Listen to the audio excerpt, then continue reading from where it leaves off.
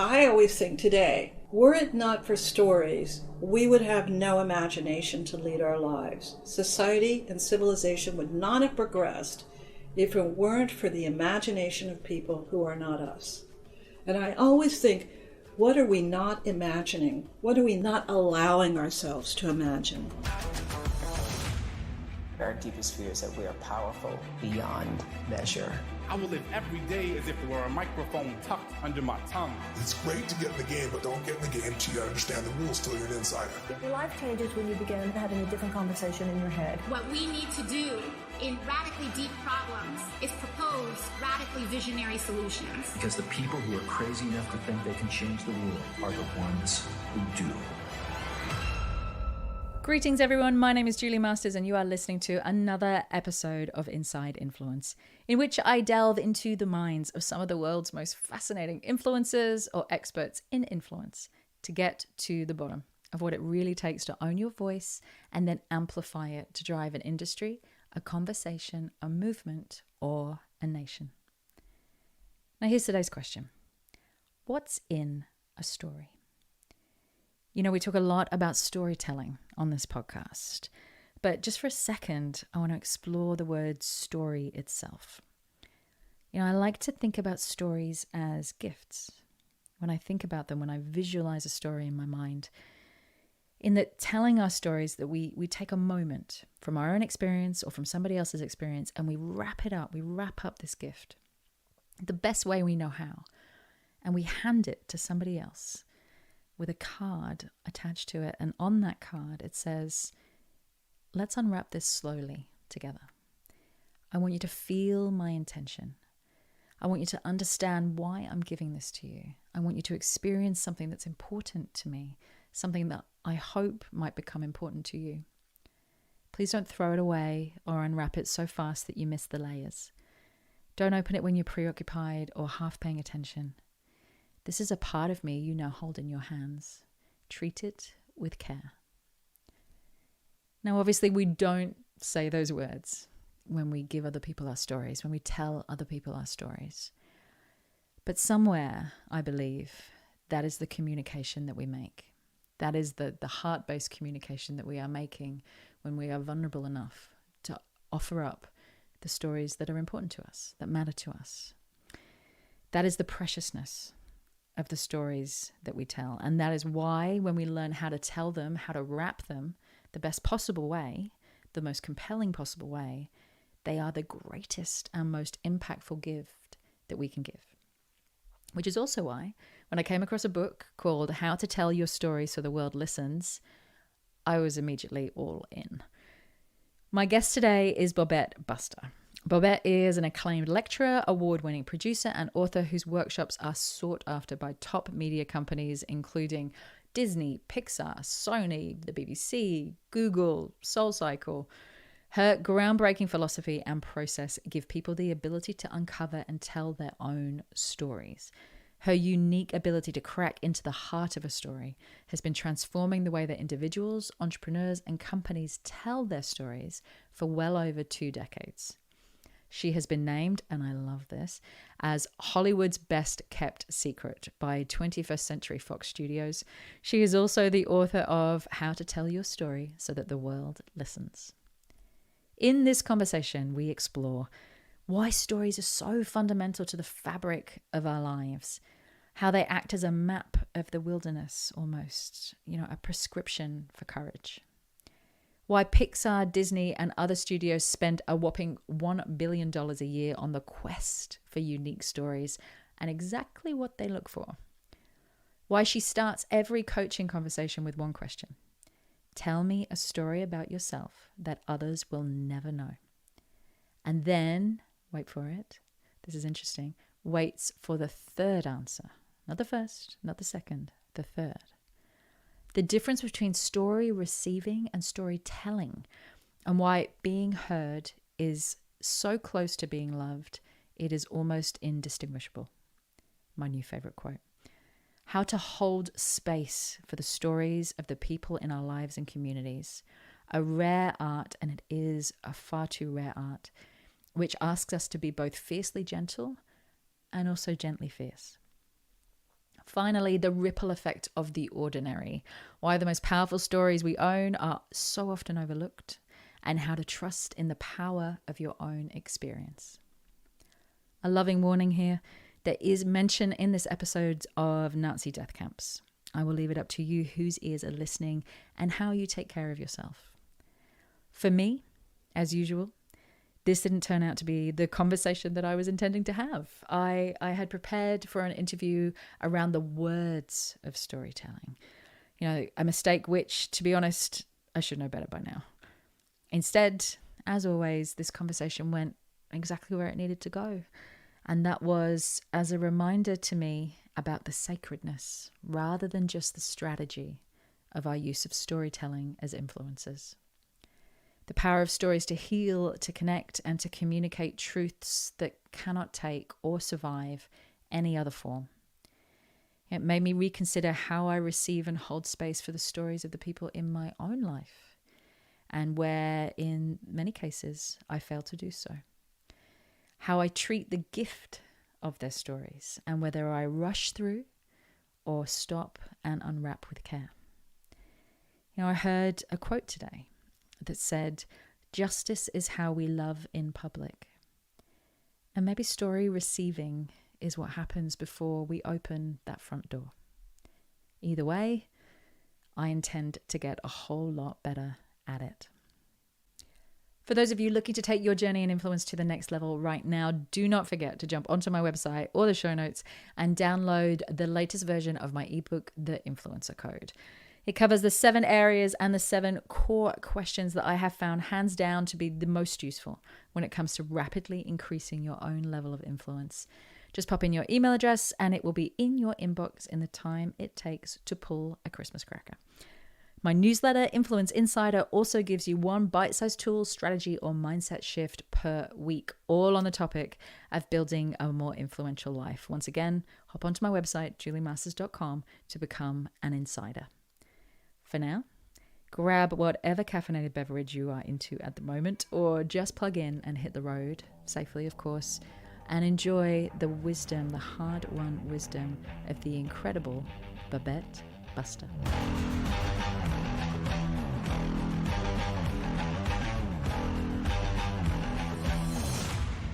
Welcome to the podcast, Bobette Buster. So good to have you here. It's great to be here. Thank you for inviting me. We were just saying off air, which is, I was also saying is the story of my life, the conversations that happen off air, but that there are so many intersections between your world and mine. And I'm really looking forward to jumping into those today. But before we go there, just wanted to kick off with the question that I always kick off with at the beginning of the podcast. And that is, what one idea is having the most impact or influence on your thinking right now? Because those who find and listen to incredible ideas tend to discover them before the rest of us. So what's the one idea impacting you the most? Well, the one idea is actually part of the second question you asked me to answer. So, but upon thinking about this one idea, what's coursing through the United States now, I would imagine around the world, is that Kanye West, the artist known as Ye, has done a series of anti-Semitic posts and podcasts that have just electrified the world because he has twice as many followers as Jewish people exist on the planet. And this has had such an enlarging and dangerous effect around the world, and has finally caused a lot of his sponsors to cancel. And this relates to this larger issue in the United States that we've been grappling with certainly since January 6, 2021, which is this phenomenon of election deniers, people who simply choose to believe what they've been told and are not looking at the facts. Now, this has been going on for some time. And the reason I'm fascinated with this is partly because it's terrifying, because if you get all these people who are running for major offices saying, if I lose, it was fraud, that sort of cancels democracy.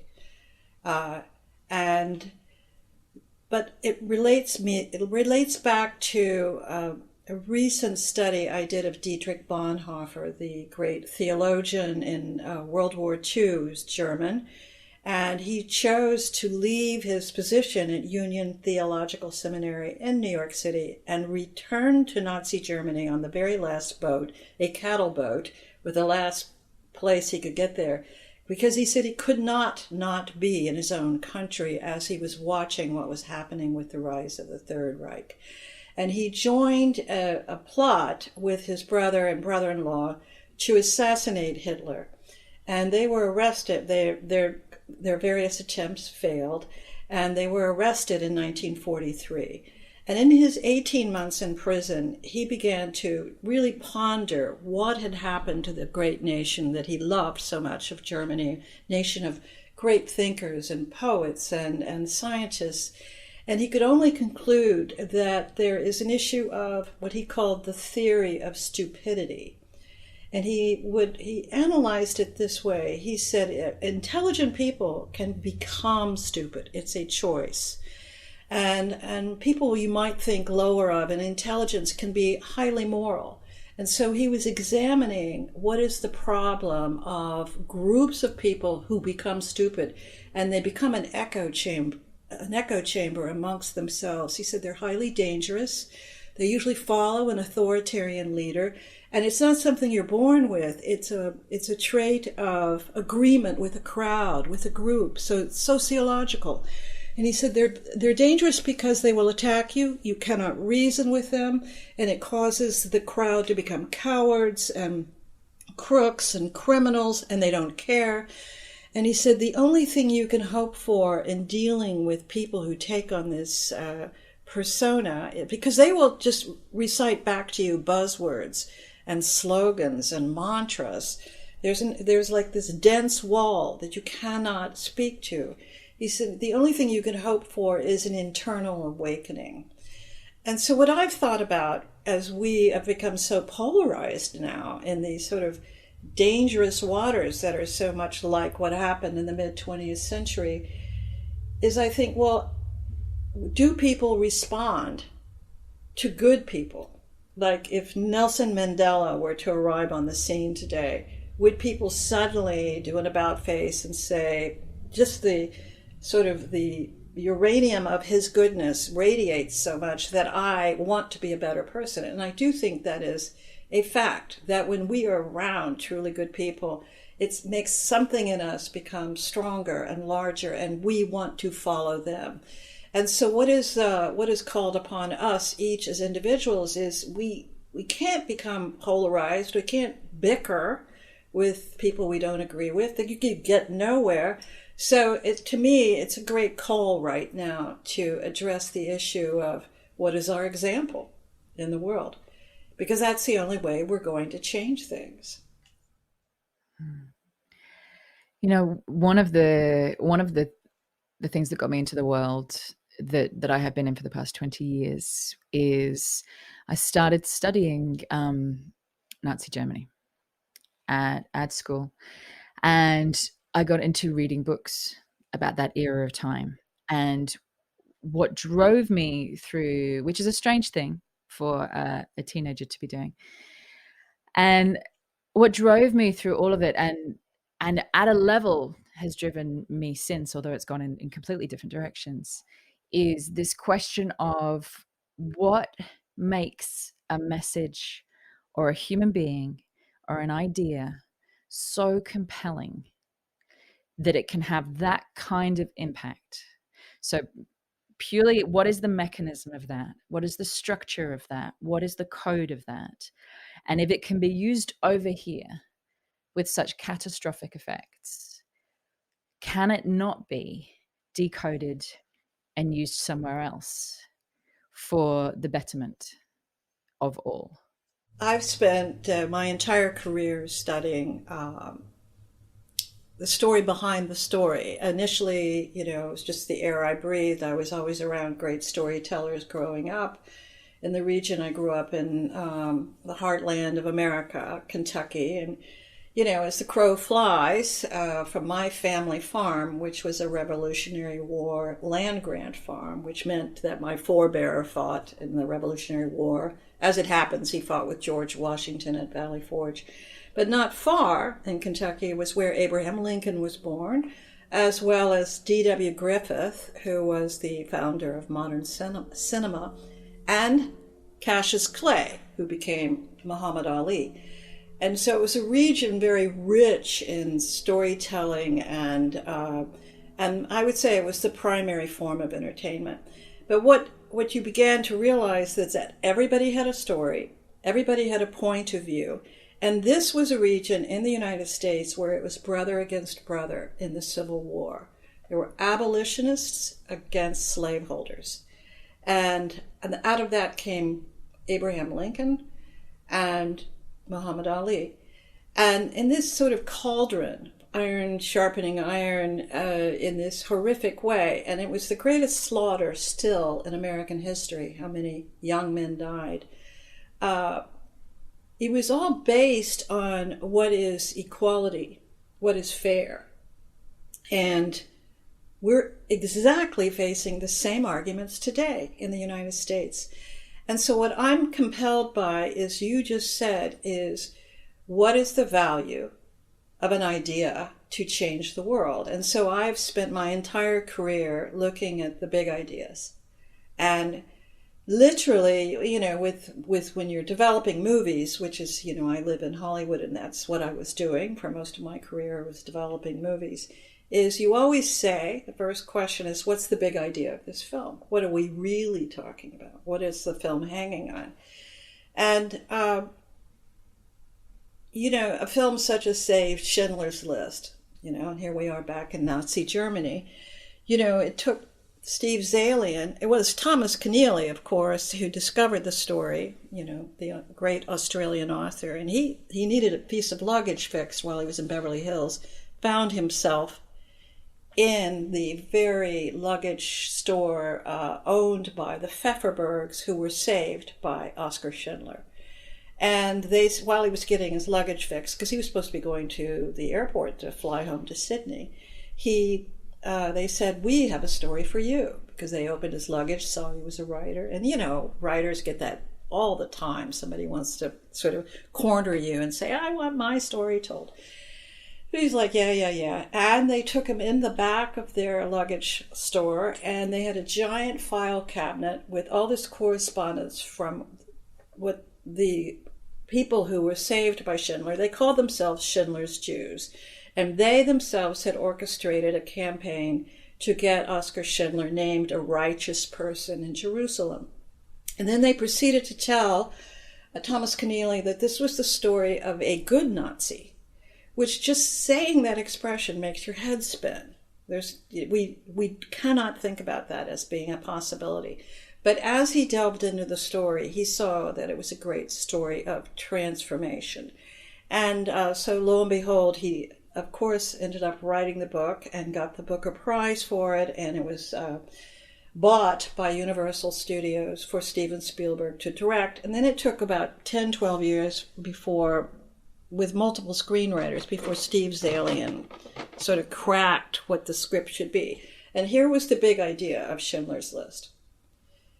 Oskar Schindler wants simply to get rich in the war. He is a black marketeer. He's the bon vivant. If you're going to be in war, you want to be hanging around Oskar Schindler. He's going to give you a good time. And he just wants to profit off the war and be able to leave with one, maybe two steamer trunks full of Reich marks. And that's what he says. And in the course of the story, what he discovers is he always talks about nice things cost money, and he's going to do whatever it is to get those things. His point of view shifts to realizing what is the value of life. And if nice things cost money, what could money buy insofar as human life? And so he spends his whole fortune. He bets the ranch and buys the freedom of 1,100 Jews. The irony being, of course, is that within a few months of all that transaction he did with Goethe, Reichmarks were worthless. So if he'd tried to escape with his trunks full of money, he would have had nothing. But what he gets in the end is the reality, the humbling reality of what is the value of life. But the interesting thing about the film is that Oskar Schindler, having gone through this amazing transformation, is grief-stricken because he laments how many more he might have saved if he hadn't been so profligate. And so that kind of extraordinary transformation, to say, what is the value of things? That is what you're looking for with all stories, is what is the big idea? So getting back to our subject about, what are the ideas today that are moving us? I just, heard this great Black writer today, Clint Smith, say that, just in passing, that, if it weren't for the imagination of the abolitionists, we would never have had the progression in history to the Civil War, which led to the Emancipation Proclamation and then led to where we are today. And I thought, wait a minute, abolitionists, you're giving them credit for having imagination. But in fact, it was a movement that gained momentum, took about 350 years, and it began with a few people, Quakers in England and a few others, who said, why aren't we all equal? Who are we to say that these Black people in Africa are cattle? Who are we to claim that? That's for our own gain. And so they had the imagination to believe there was a world where everybody was equal. Now, that is actually to us obvious, duh. But at that time, it was radical. And so I always think today, were it not for stories, we would have no imagination to lead our lives. Society and civilization would not have progressed if it weren't for the imagination of people who are not us. And I always think, what are we not imagining? What are we not allowing ourselves to imagine? Again, we keep talking about the collision between your world and mine. Clint Smith is one of my all-time favorite writers and orators. And I remember I was running a session yesterday on storytelling for a group of, it was a group of leaders, some of which actually run the prison system here in Australia. And I played them a 5-minute excerpt from Clint Smith. So yesterday afternoon, I was playing them Clint Smith because he just has, for anyone who's listening, his ability to storytell, his ability to combine a message with a story, with his body language, with his voice, use every tool at his disposal to make an impact, to become compelling to the people he's trying to reach, is just off the charts. Incredible. And he's definitely a hero of mine in that space. But we're going to get onto storytelling. There's a quote, and again, it's a quote that I have shared before. And when I was jumping into your world, I started watching a video. And the first thing you put on the screen you were presenting was this quote. And I was thinking, I'm gonna like this lady a lot. And the quote was, "The universe isn't made of atoms, it's made of tiny stories." And when I first read that quote, there was just this sense of it being so abstract, but so fundamentally true in a way that I can't practically describe why that feels so fundamentally true. What is it about stories? Let's start there. What is it about stories that they are so fundamental to the fabric of our lives? I think that we are hardwired to be storytellers and to learn from stories. This is where communication begins. This is, when babies are born, they're born with absolute wonder and curiosity. But, it was Albert Einstein who said, if you want your children to be smart, read them fairy tales. And if you want them to be really smart, read them more fairy tales. And this leads me to the fact that there was this child psychologist, Bruno Bettelheim, who wrote a seminal book called The Uses of Enchantment that became in 1977, and he won the National Book Award for it. But Bruno Bettelheim wrote this book because it was based on his experience in the 1930s. Bruno Bettelheim was Jewish, and he and his family were living in Vienna, and they were taken by the SS to Bergen-Belsen and Dachau. And Bruno Bettelheim, in a fluke of history, Adolf Hitler decided on his birthday, April 20th, 1939, that he would allow just a few hundred prisoners to be released to the United States. And Bettelheim, being a child psychologist, had an invitation from the University of Chicago. He was able to be released. I think he was in Dachau, I believe. He lost his entire family in the Holocaust.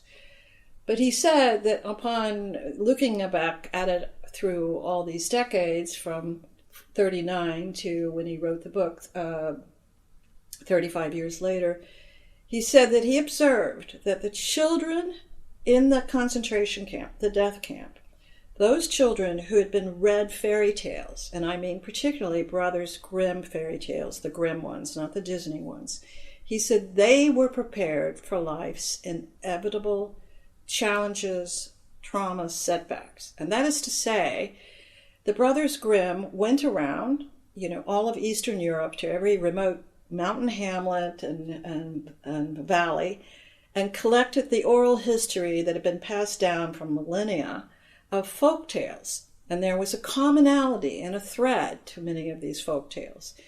And the threads went along this way, that someday a wolf may come to your door. Someday you may be thrown into an oven.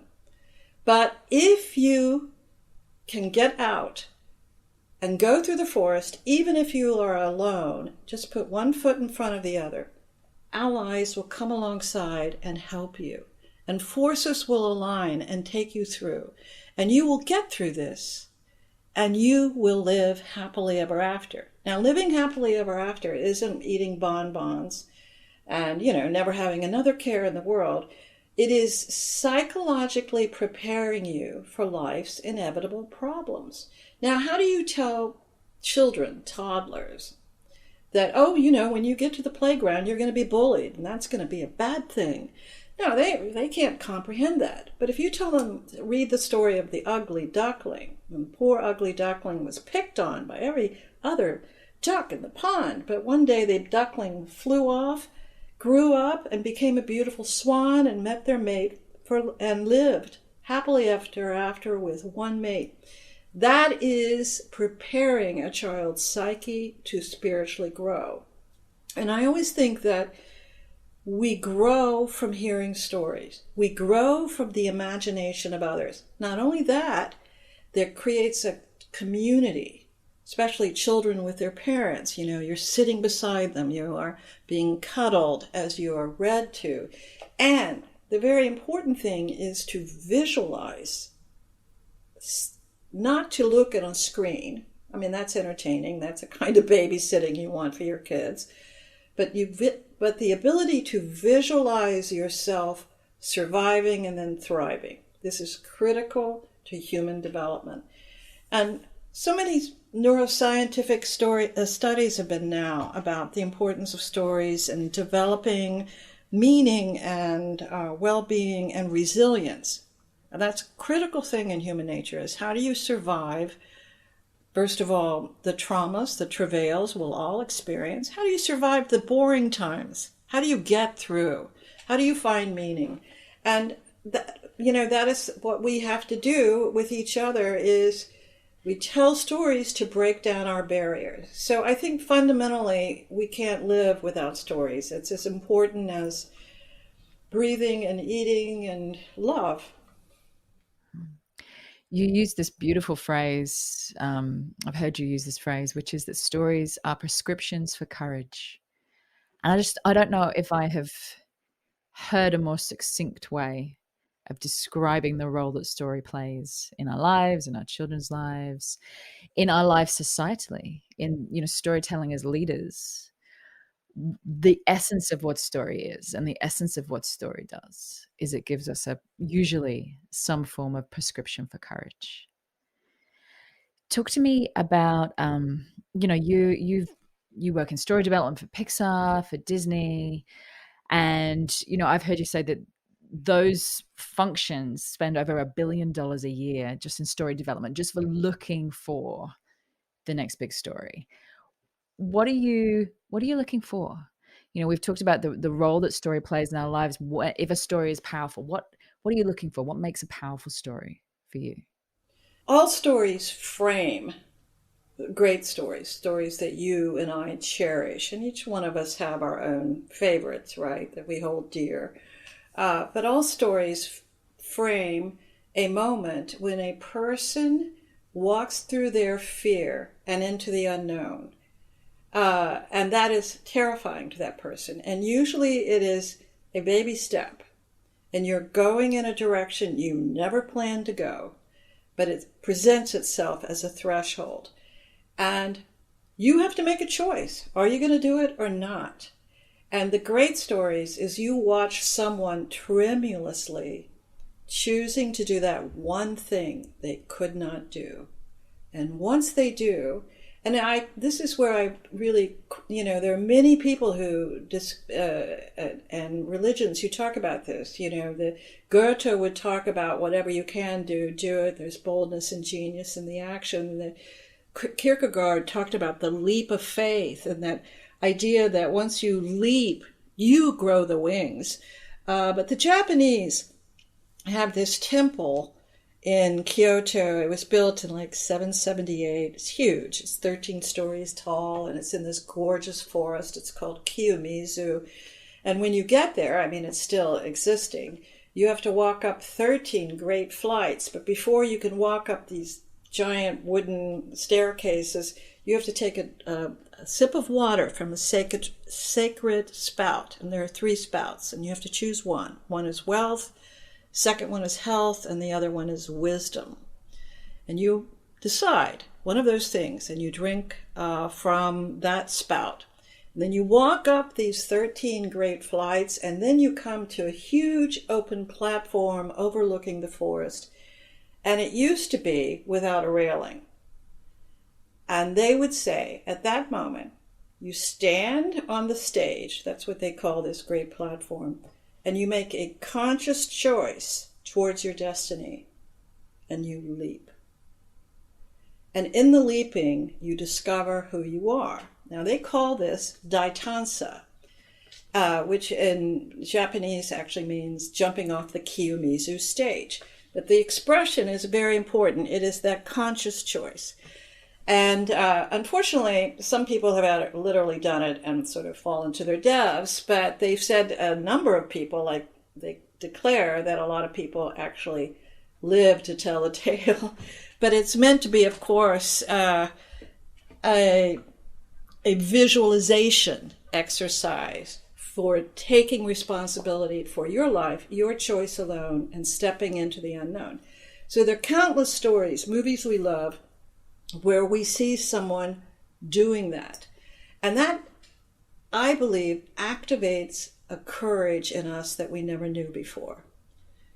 And that is what we're looking for in all stories, if it's going to be a great story, is what is that moment of choice?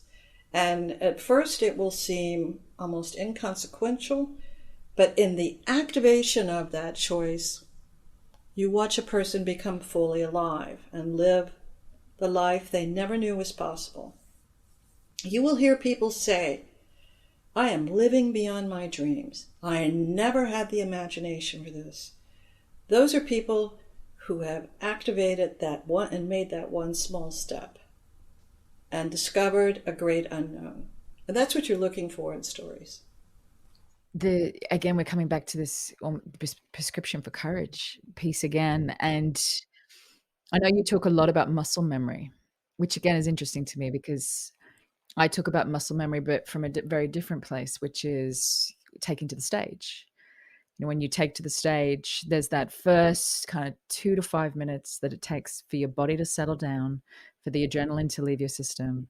And, when the adrenaline is coursing through you, that front part of your brain just shuts down and you're in fight or flight. And that's usually when you forget what you're doing.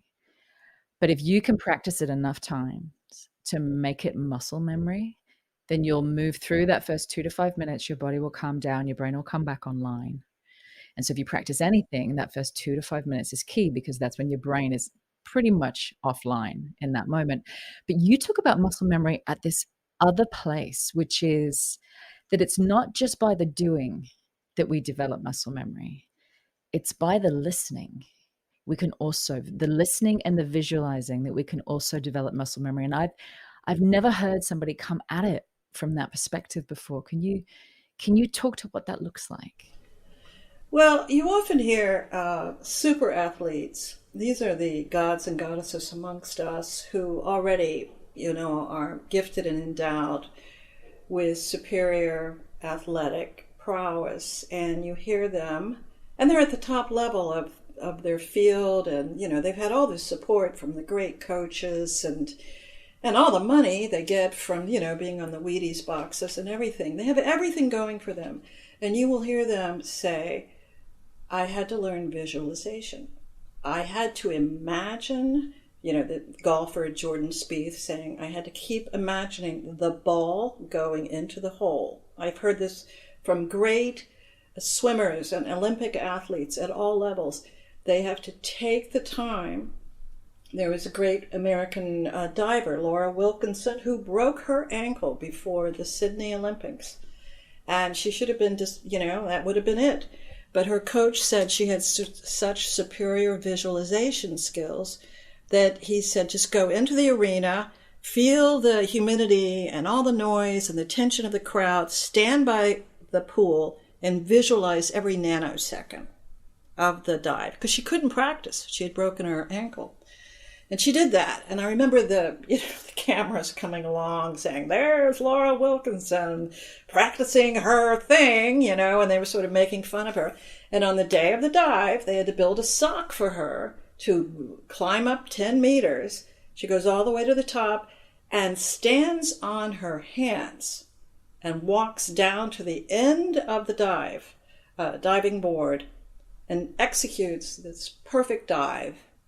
And wins with a broken ankle. With a broken ankle. Because she had envisioned, and she said when she did that, the day of the actual dive, now I think you have to do it 2 or 3 times because they're averaging, those scores or whatever. She said she was in such a state of flow and meditative calm that she could feel her parents smiling at her. She could just feel it. And she had visualized it. Now, I keep hearing this over and over again from top level people. They could visualize it. They could see it. And that ability to sort of get into this state and allow yourself to visualize this thing that you must do, but then also this state of being open to the unknown and allowing someone else's imagination or the world to give you a vision, and then you put yourself there, which is effectively what storytelling is. But I find that also works with listening because, most of us are too busy to tune in to others around us. We're going, yeah, and, oh, that's nice, and and now we accept it as normal that we're all multitasking and looking at our phones, and we're not tuning in to people. The fact is that you cannot do 2 things at once when you're listening. You are locked in. And once you're truly listening, your life, your worldview is expanded. You are going beyond yourself. And you are tuning in to another point of view, and you're sort of twice the person. It's a sort of stereophonic life that you're living because you are in communion with other people and with that person. And that is enlargement. And that's how we grow. And it's also, there's an extension to storytelling there as well that I haven't thought of before, because if by the act of, so you've got the act of listening, but then on the other side, by the act of telling a story, you are giving a gift that enables another human being to visualize themselves in a situation which gives them a degree or more of muscle memory that they didn't have before.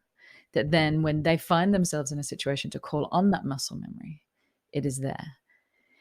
And so that takes the gift of offering our stories to another level. You are not just giving somebody another perspective. You are not giving them entertainment. You are not just inspiring them. I'm going to inspire people.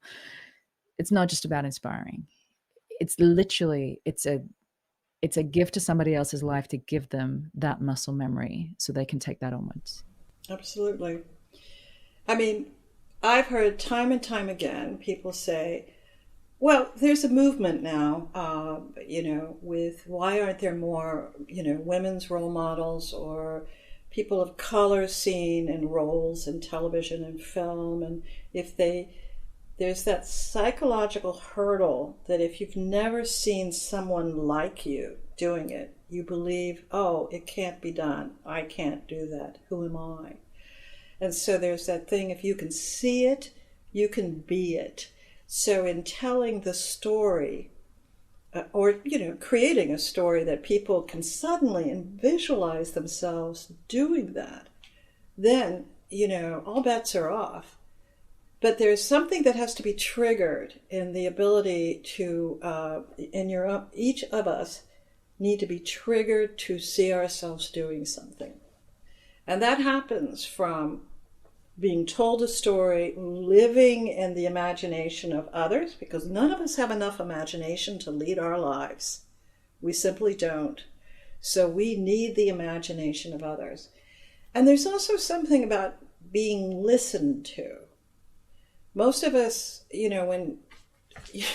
what I find with listening is people either say, oh my God, that person made me listen to all of that, or they say, that person really listens, and that is one of the highest compliments you can give someone.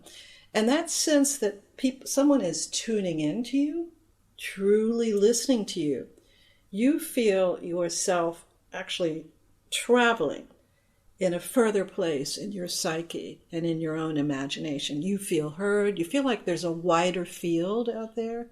There's a place you can fly, you can go with your thoughts, and you're not just staying cramped in and trying to be normal and polite and just get through it. You expand. I know that you spend a lot of time creating spaces for other people to expand, creating spaces for people to find and express their stories in a way that will hopefully enable them to travel, enable other people at scale to travel with them.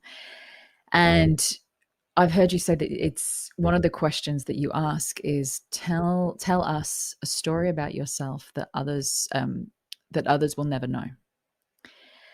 And that you said that usually the first two stories that they tell in those moments are completely inconsequential. But it's the third story that they tell in those moments. That's the story. The story, I don't know if that's what you would call the story behind the story, but that's the story that cuts through. Why is it the third story? It's interesting. I see it as almost, this mystery of the rule of threes that we often use in music. We talk about that a lot on this. On this podcast, the rule of three, and it is a mystery. Why three? No one knows. Yeah, it's just there, and I think when you're getting a group rolling, and there's all this embarrassment, and everybody wants to be cool, and they don't, they want to make fun of the moment. And of course, I'm American, so they just assume that I, have no barriers to what I'll do. And that's what I'm actually trying to do, is to break down the defenses of the group to truly listen. And frankly, everybody wants to tell their story. Everybody wants to be heard. And once you crack through, it's like cracking an egg. Everything is right there to be fried, to be eaten, however you want to take the metaphor. People are just chomping at the bit to tell their story, and they want to be heard, and it creates community. You are truly sitting around the fire. There is such warmth, and people are generous and giving just by their spirit. And then, as if on cue, after, so many minutes of listening to one person's story, somebody will say something funny, and everybody has to laugh because they need a release. And then they're ready to go back in again and share this. And I've seen it create sort of a phenomenon, a group phenomenon of bonding, because people have been vulnerable, and it creates kindness. I've never seen it to end in any kind of ridicule or shame or cliquishness. I've always seen it create a larger spirit. Which calls into question the importance of creating those spaces. Not just I'm thinking of my family right now, to how easy it is to run by each other, dash past each other, be very functional with each other. And consciously creating those spaces where the stories of our lives get honored, held, told, received, and also within our organizations. And, I've been in those rooms sometimes where a leader will share a story, and you can tell it's a story that they're nervous about sharing. It's maybe a story that feels very intimate from their own lives. It's maybe a story that shows vulnerability, a story that doesn't necessarily in their minds mesh with who they want to be perceived to be as a leader. It might be around failure. It might be around weakness. And the impact of sharing that story in the right environment, held in the right way, is profound on the connectedness of that team and that leader's connection to their team. How do we hold those spaces? Because again, I don't want anyone that's listening to think that, suddenly anyone in a leadership position should suddenly write an email, detailing areas of their life that they don't feel comfortable sharing. That's not what I'm saying at all. There are very specific times and places and environments to share within. How do we go about consciously creating them for our families, for our teams, for our communities? Well, there's definitely, I'm very aware of the responsibility that I'm holding the space when I do these events, these workshops. I prefer smaller groups, around 15, although I just did one with 50 people. It was, the issue really is to create a sense of trust and vulnerability, and I'm holding the space, so I'm not going to allow it to veer off. There are occasionally people who just talk too much, and you've got to sort of rein them in, and then you've got to work with those people who are just so shy and don't feel like they have anything to say, or they're just going to block and parry everything you say, and you gently find a way for them to come out from behind the mask that they have. But I would say a critical thing that I find with groups is you will eventually start laughing together, and that is a huge breakthrough. But the ability to be vulnerable, appropriately vulnerable, and that you have to go at gently. It's embarrassing if people, it's not meant to be therapy. It's not meant to be, some sort of Gestalt group from the New Age, 70s or 80s or whatever.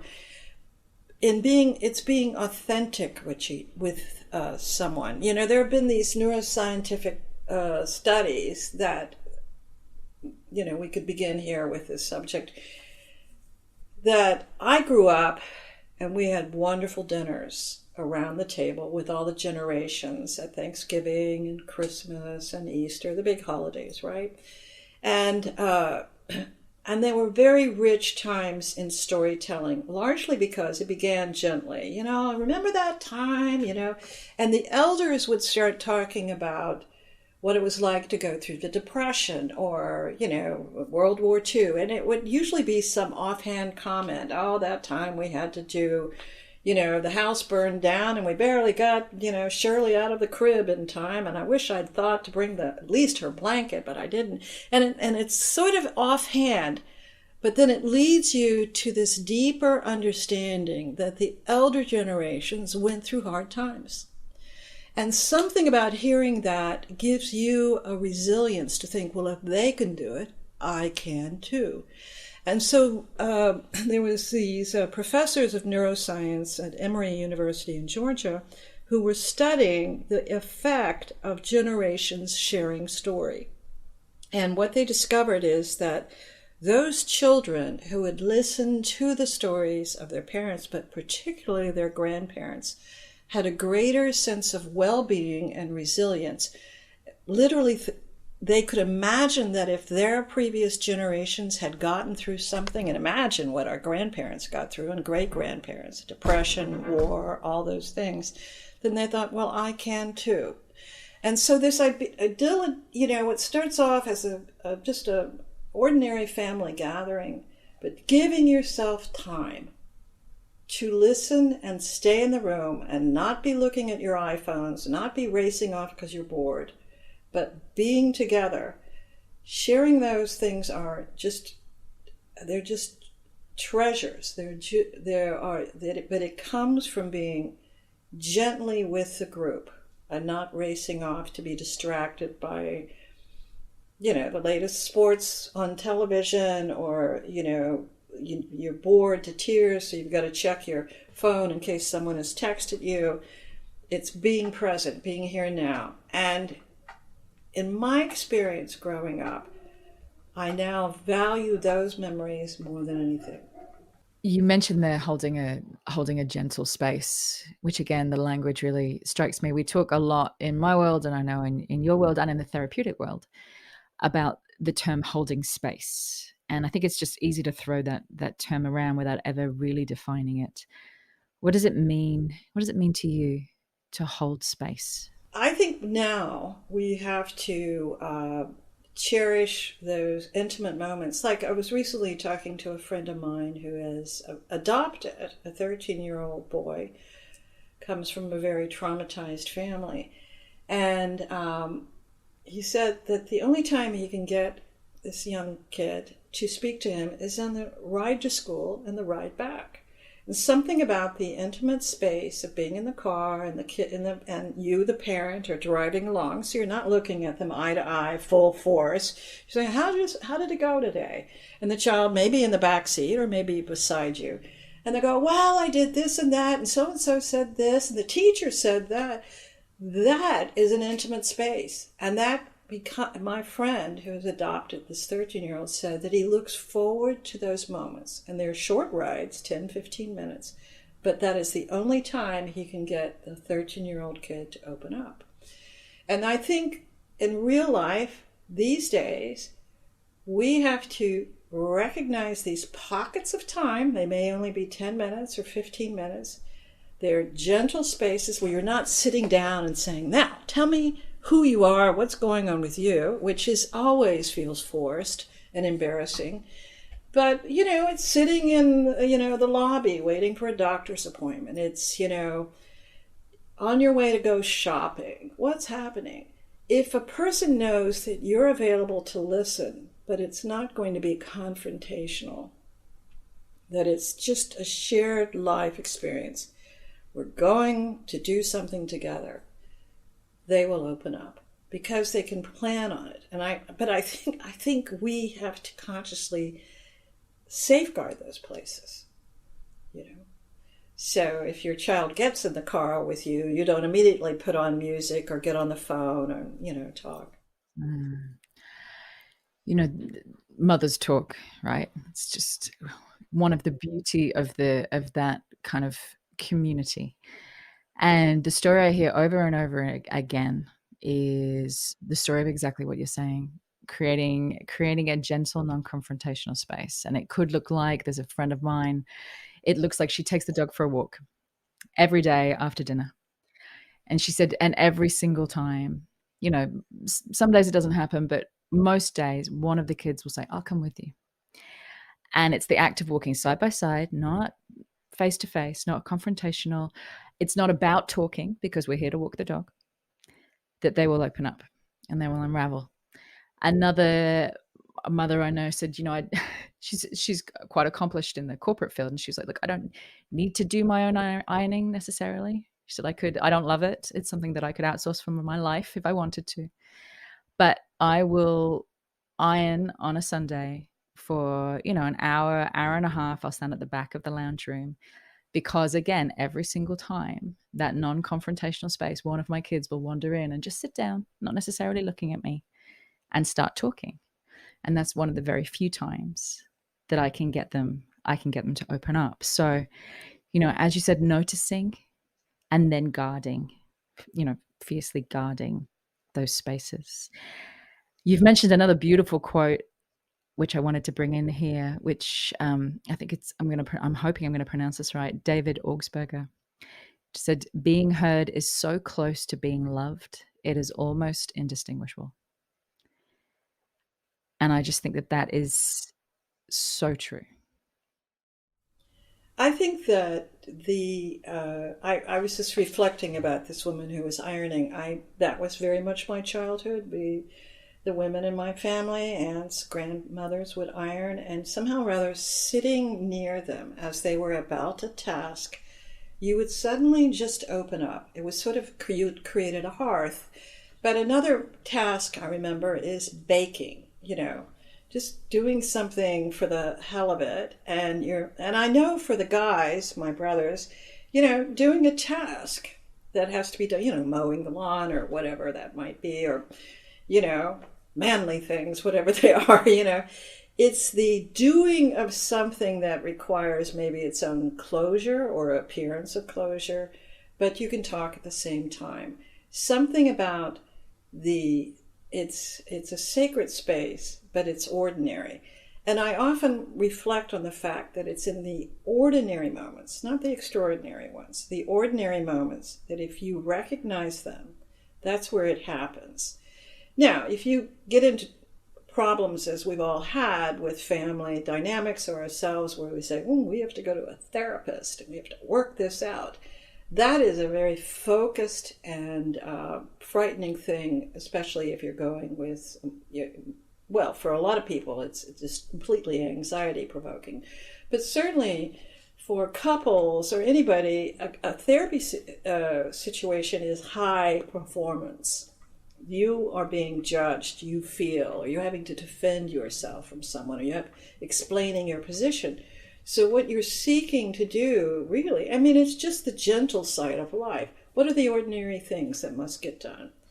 And really, when we are looking at storytelling from the point of view of movies, what we're looking for are the ordinary moments that you would almost not even observe as anything special looking at them on the big silver screen.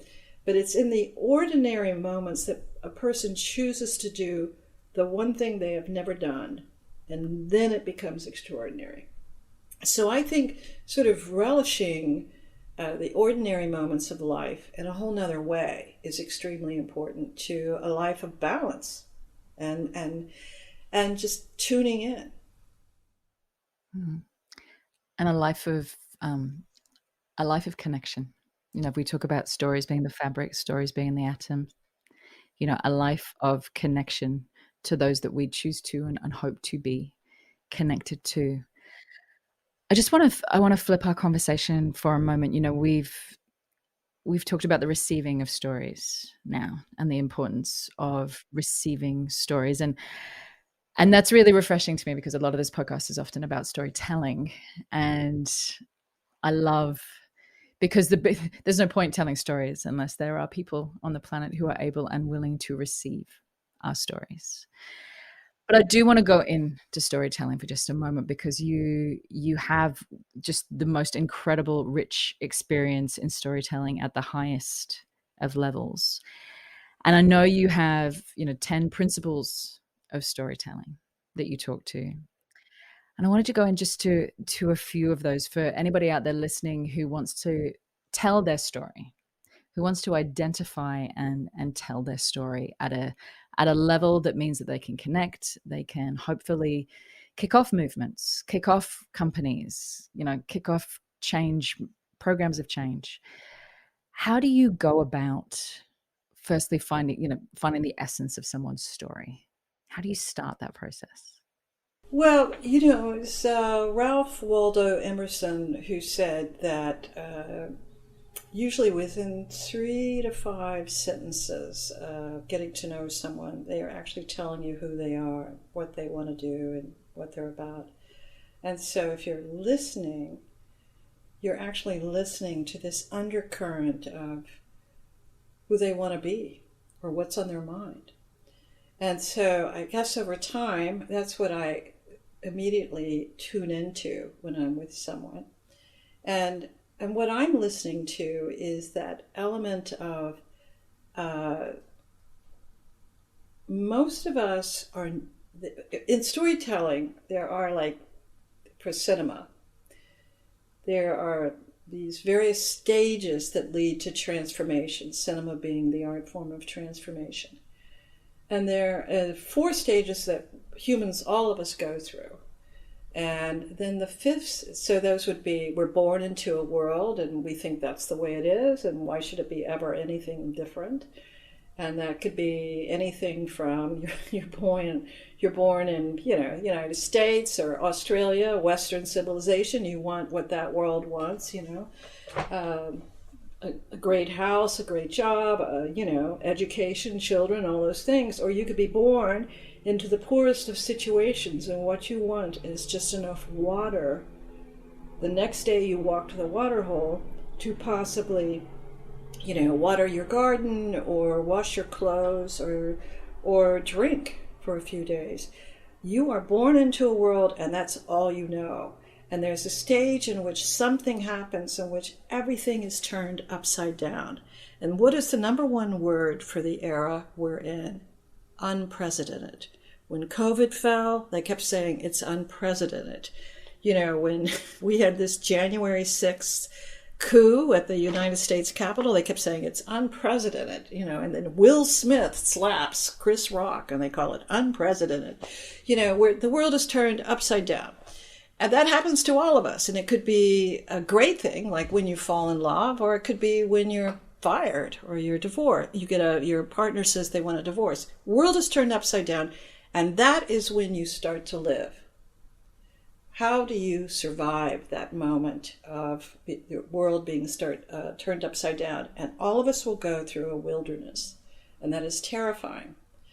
But the stage I'm most interested in is as people walk through the wilderness, and some people can't make it there. That's where they fall into addictions, and they will do anything to get back to an ordered life rather than this unknown. But those people who are willing to step, as I said earlier, into the unknown, do the most interesting things. And it's always something sort of obvious to them, but small. Like there was this teacher, the first United States sort of a professor of wildlife management named Aldo Leopold. And he, this was in the 1930s, he noticed that the land in Wisconsin was sick and exhausted through farming. It used to be all these sandbanks, and there were these great birds, the cranes, sandhill cranes, that migrated from Argentina all the way up to Newfoundland and stopped in the Wisconsin River Valley. By the thousands, they migrated, and they were extinct now. And he just thought, why is that? So he goes and he feels that there's something wrong with the way we're living. He said, the land is sick. And so he buys 80 acres of exhausted land just to see what would happen if he could restore it.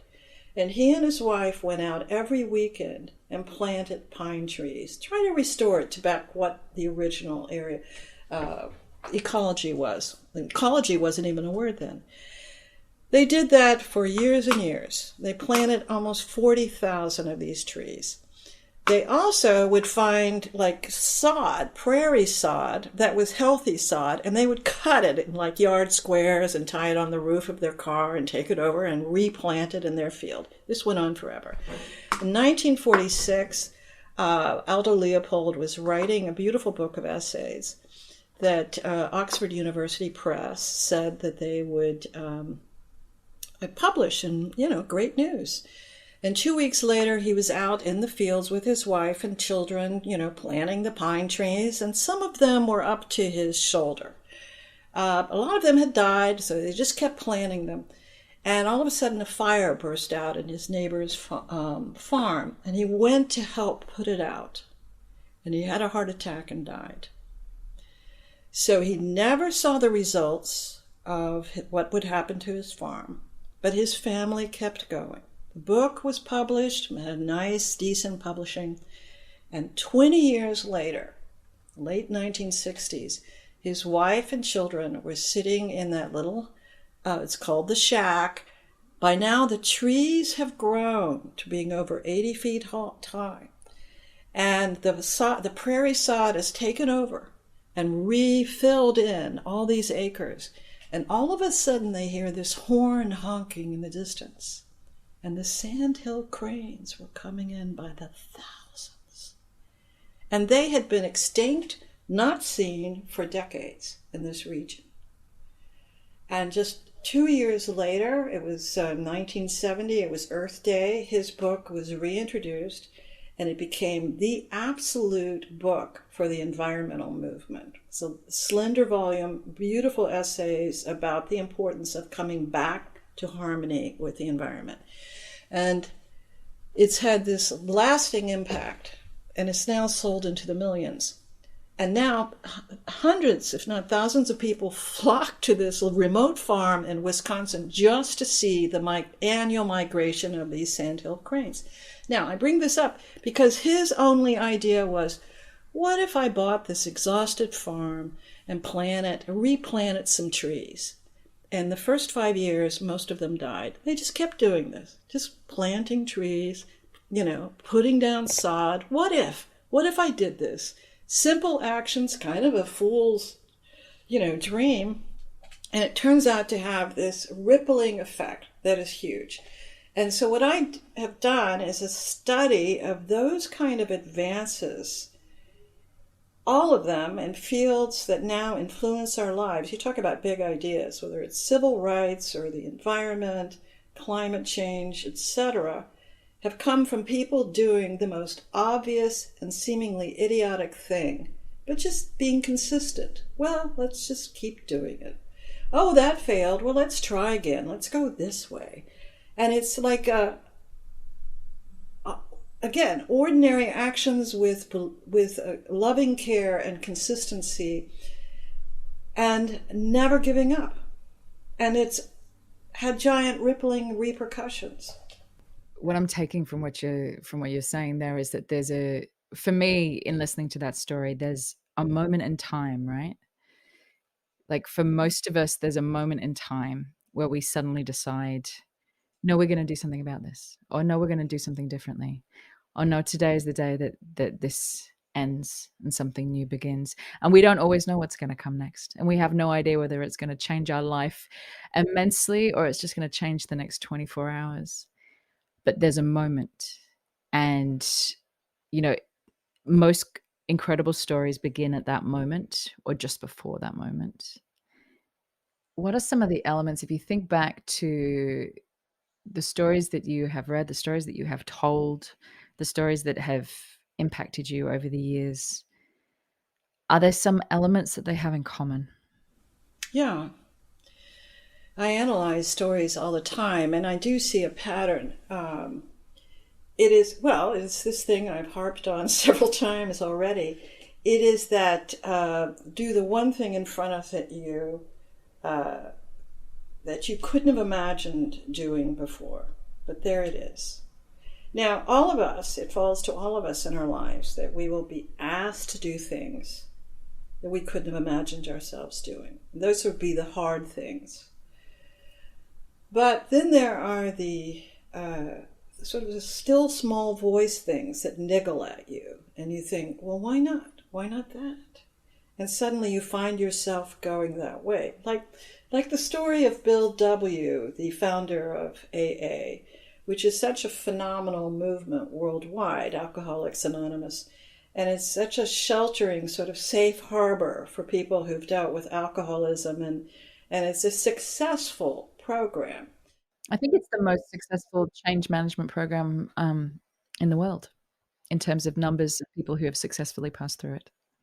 And the 12-step program, which took a while to evolve into the 12 steps, as they were, analyzing, as Bill W. was analyzing, it was a more convoluted. There were 12 steps, and there was another 12 principles and all that. And he finally codified it down to these 12 recognizable steps. But what I always think is interesting about the story is he was such a colorful speaker, and you can, he was recorded telling sort of the testimonial of what a terrible drunkard he was, and he could get blinding drunk. And then he had this extraordinary spiritual awakening that was cataclysmic to his whole worldview, and it was overwhelming to him and amazing. He cried out to God, "If you're there, please show yourself to me." And he had this extraordinary encounter, which he relates. But that wasn't enough to get him out of his alcoholism. And so he tells the story of, it was cocktail hour. He was in a hotel, and he was sort of desperate because he knew all the cues were there that would lead him into going into the bar. And all it would take would be one drink, and then he would be lost, right, for yet another bender.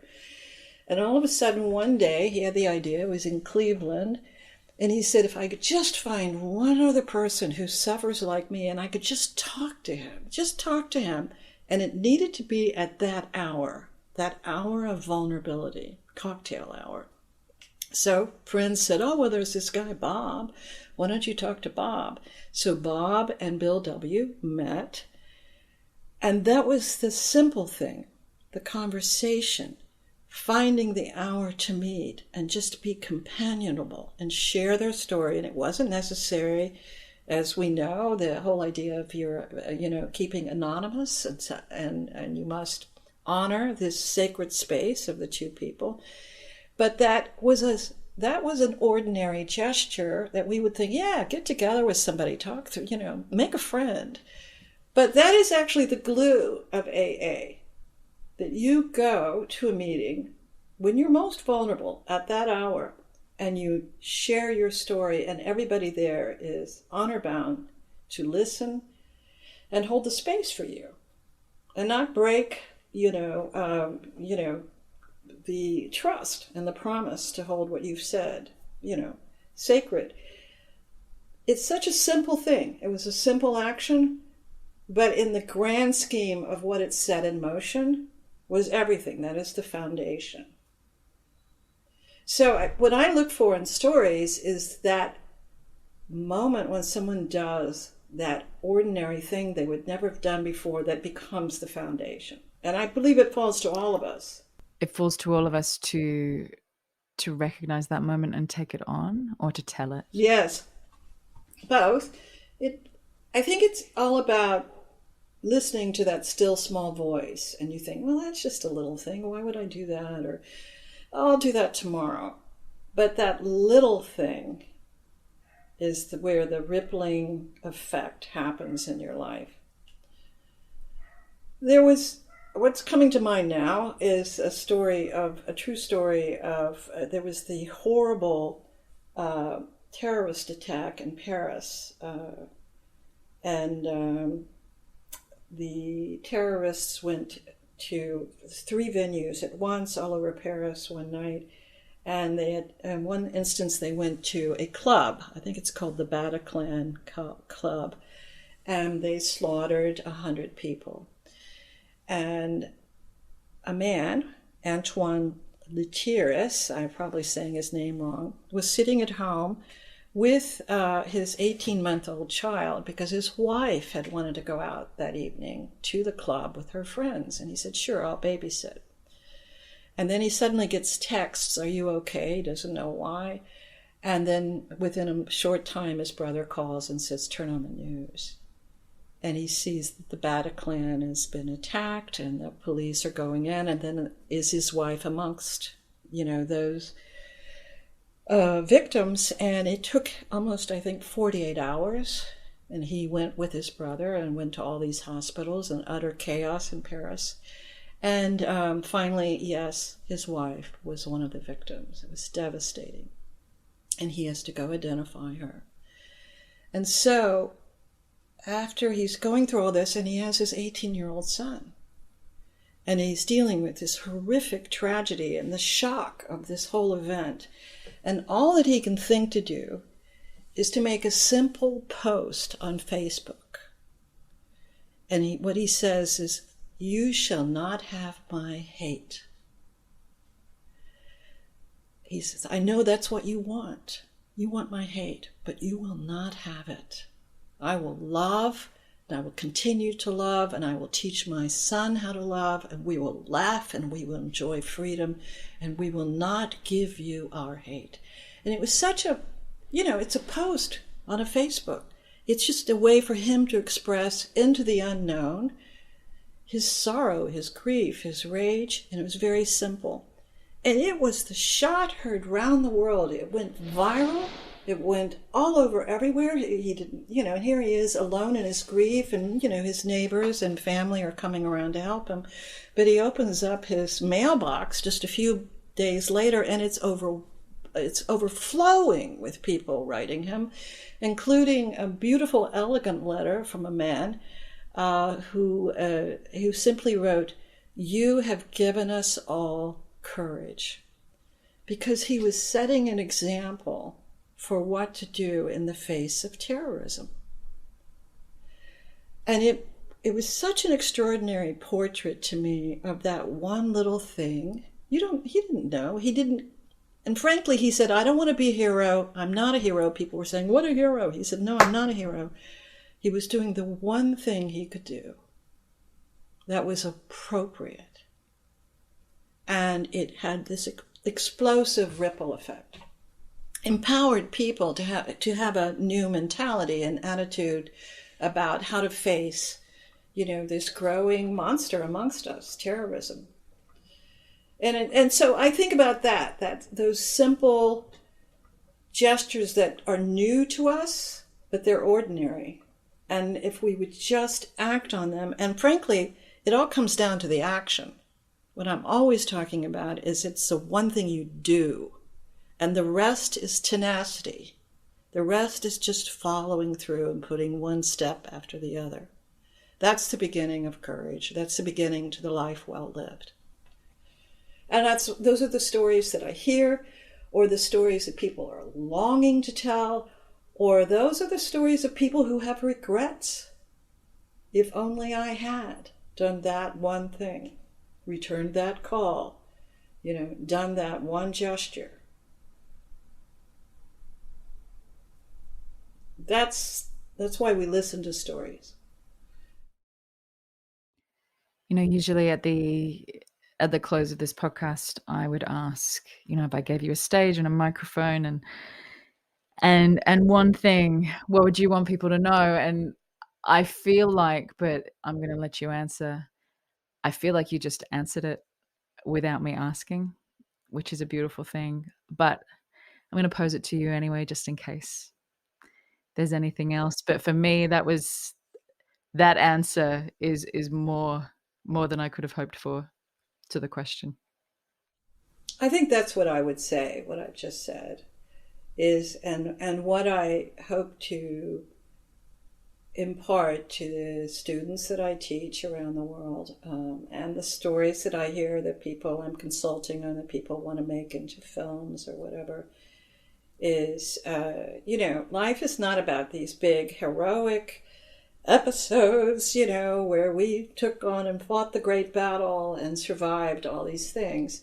There's a great quote from Noam Chomsky where he talks about that most of life is the decency of ordinary people getting through the days and being kind and good and decent to each other. And I guess the one thing I would say that I'm fascinated by is that we've all been sort of rather obsessed with the hero's journey and the monomyth and Joseph Campbell, and that's what we all want to be, and who's the hero of the story. And what I constantly see is that the people we call heroes will always say to a person, "I am not a hero. Do not look to me. I only did what was right." And that's what I am most interested in, is we want a hero, but the people who are our heroes, they could care less. They only wanted to do that right and good thing, that decent thing. Bobette, thank you. Thank you so much. Thank you for having me.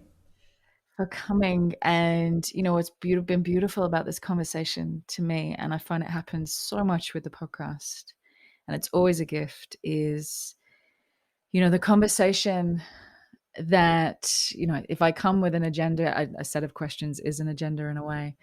If I come with an agenda, I find, you know, and it's a humbling moment. Usually the conversation has me more so than the other way around. And my agenda comes to be not at all the most interesting part of what we talk about. And this idea of story receiving and the ordinariness of the actions that we take and the vastness of the implications and the ripple effects that those actions have is something I'm going to be thinking about for a long time. So thank you.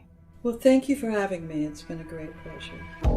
Thanks so much for listening. I hope you enjoyed this episode and have seized hold of at least one tool, idea, or mindset that will help you start raising your own level of influence. Now, for those of you who want to take the next step in your journey or would just love a roadmap to becoming the most influential voice, idea, or brand in your space, then I have good news. You can now download the latest updated version of my ebook, The Influencer Code, from my website, juliemasters.com. Also, there's a link in the show notes. Just pop in your email address, and I promise I will not spam you, but it is jam-packed full of ideas, tools, and case studies that I have come across in my now 20 plus years of doing this work. Not to mention the 7 areas and 7 core questions that I have found to be hands down the most valuable when it comes to immediately lifting your ability to make an impact. Download it, keep it, share it, juice it for all it is worth. I hope it makes a massive difference in both your career and your business. Thank you always to my co-founder and the main brain behind this podcast, Lauren Kelly. You kick my butt in all the right ways. Thank you for making it happen. And if you did enjoy the show, then we would love you to share this podcast and leave us a review on iTunes, Google, Stitcher, whatever your platform of choice happens to be. And don't forget to subscribe to make sure that you never miss an episode.